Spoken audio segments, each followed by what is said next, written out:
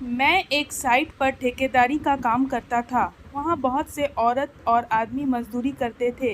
एक दिन शाम के समय जब काम खत्म हुआ तो सारे मजदूर और काम करने वाली औरतें अपने हाथ पैर धोने लगी। मजदूर तसला, बाल्टी व फुआरा उठाकर समेटने लगे।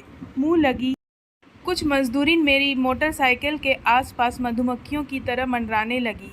मैं नखरे से भरी उनकी अदाओं को देख रहा था और शिकायत भरी मनोहर को सुन रहा था। उस दिन स्थानीय बाजार लगने के चलते कारीगरों को मजदूरी मिलती थी, लेकिन ज़रूरत के मुताबिक मजदूर बाजार के दिन से पहले भी मुझसे पैसे मांग लेते थे। विमला मुझसे पैसे मांग रही थी और मैं आनाकानी कर रहा था। दूसरी मजदूरीन भी तगादा करने लगी थी, लेकिन मेरा ध्यान तो अपनी मोटरसाइकिल के शीशे पर था, जिसमें मुझे एक नई मजदूरीन का चेहरा दिखाई दे रहा था।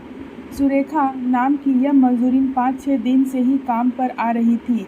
गोरा रंग, तीखे नैन नक्शे और गदराई देह वाली सुरेखा थी। मुझको गजब की हसीन लगी थी। मेरा ठेका 2-3 जगह पर चल रहा था, इसलिए मैं शाम को ही इधर आया करता था। जब मैंने पहली बार सुरेखा को देखा तो बस मेरे मुंह से निकला था, यह हीरा इस कोयले के ढेर में कहाँ से आया।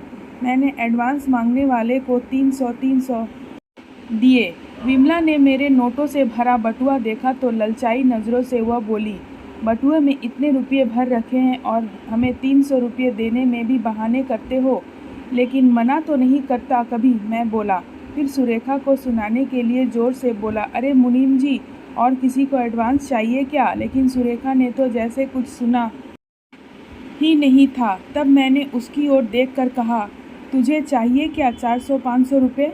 मैं तो परसों पूरे 550 लूँगी। सुरेखा ने 2 टूक बातें कही और तसला उठाकर चली गई। वह मेरी ललचा आंखों को भाप गई थी। सुरेखा की कमर पर नाचती हुई चोटी को देखकर मेरा मन हुआ कि मैं मोटरसाइकिल से उतरकर भीतर जाऊं और उसे मसल कर रख दूं, लेकिन मैं डरता था, क्योंकि सुरेखा मेरे यहाँ काम करने वाले रमेश की मंगेतर थी और रमेश मेरा सबसे भरोसे व मेहनती मजदूर था। रमेश जितना ईमानदार व स्वामी भक्त था, उतना ही निडर और स्वाभिमानी भी था। ऐसे भरोसे के आदमी को मैं खोना नहीं चाहता था। एक दिन सुरेखा अपनी झुग्गी के बाहर साड़ी की ओट में बैठी कपड़े धो रही थी। उधर मैं भी किसी मजदूर से बात कर रहा था। अनजान सुरेखा ने नहाने के लिए एक एक करके अपने कपड़े उतारे। भरपूर जवानी से गदराई उसकी देह की एक ललक पाकर मैं मदहोश हो गया। सुरेखा की पीठ को देखकर मैं अपने पर काबू ना रख सका। मेरे रगों का खून गरमाने लगा। तभी पीछे से आकर मुनीम बोला, ठेकेदार, यह चिड़िया ऐसे हाथ नहीं आएगी। तब मुनीम जी, तुम ही कोई तरकीब बताओ, तुम भी पुराने शिकारी हो। मैं मुनीम से विनती करने लगा। मुनीम ने दूसरे दिन सुरेखा की ड्यूटी नई कॉलोनी में लगा दी, जहाँ एक नए सेक्टर में कुछ मकान बन चुके थे, कुछ बन रहे थे। सुरेखा की दीवारों पर पानी से छिड़काव करने के काम पर लगाया गया था। एक मकान पर छिड़काव करते हुए जब वह तीसरी मकान पर पहुंची तो वहां एक चारपाई पर मैं लेटा हुआ था। मुझे देखकर सुरेखा सहम गई। सुरेखा कुछ समझ पाती उससे पहले ही मैं बाज की तरह उस पर झपटा।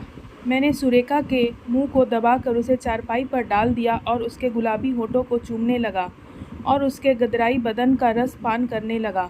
अपनी देह की आग को ठंडी करके मैं बेशर्मी से हंसने लगा और बेबस सुरेखा अभी तक सहमी हुई थी। वह तन और मन की पीड़ा से अभी छूट नहीं पाई थी। अपने कपड़े संभालते हुए उसकी आंखों से आंसू बह निकले। उसकी ओर 500 रुपये का नोट फेंक कर मैं बोला, रख लो मेरी जान, काम आएगा। मेरी मुराद पूरी हो गई। मैं बहुत खुश था। मैंने मुनीम को भी खुश होकर 500 रुपये दिए। मुनीम ने कहा, ठेकेदार जी, अगर सुरेखा ने रमेश से कह दिया तो गजब हो जाएगा। अरे मुनीम, तू तो बेकार में डरता है। सुरेखा उससे कुछ नहीं कहेगी। दिन भर सिर पर तसला ढाती है, तब कहीं 300 रुपये मिलते हैं। मैंने तो उसे छूने के 500 रुपये दिए हैं, इसमें क्या बिगाड़ा है उसका? मुनीम ने कहा, पर सुरेखा दूसरी तरह की औरत है। अरे सब औरतें एक जैसी होती है, मैंने लापरवाही से कहा। दूसरे दिन सुरेखा काम पर आई तो मेरा बाकी शक भी चला गया। मैंने एकांत पाकर पूछा, सुरेखा तू खुश तो है ना? सुरेखा कुछ बोलने के बजाय मुस्कुरा कर रह गई। मेरी बाँछें खिल गई। मैंने उसका हाथ पकड़कर अपनी ओर खींचा तो वह बोली, आज नहीं कल मेरी बात का भरोसा रखो। मैं बहुत खुश हुआ। सुरेखा जैसी सुंदरी अपनी इच्छा से कल का वादा कर रही थी। मैंने फिर जोर ज़बरदस्ती करना ठीक नहीं समझा। कल के सुहाने सपने सजोए मैं घर आया। मेरी बीवी जया खड़ी थी, उसके आंखें सूजी हुई थी जैसे वह काफ़ी देर तक रो रही हो। मेरा माथा टनका।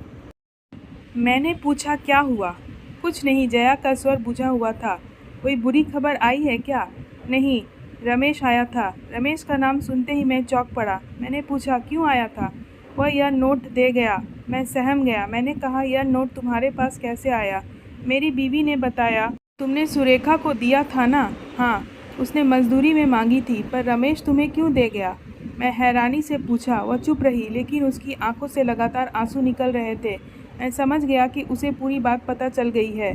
मैंने उससे माफ़ी मांगी और जीवन में फिर कभी ऐसी हरकत ना करने की कसम खाई। मैं अपने किए पर बहुत शर्मिंदा था।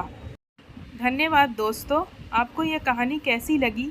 एक कमेंट करके ज़रूर बताना और लाइक ज़रूर करना। अगर आप मेरे चैनल में नए हो तो सब्सक्राइब करना और अपने दोस्तों के साथ ज़रूर शेयर करना।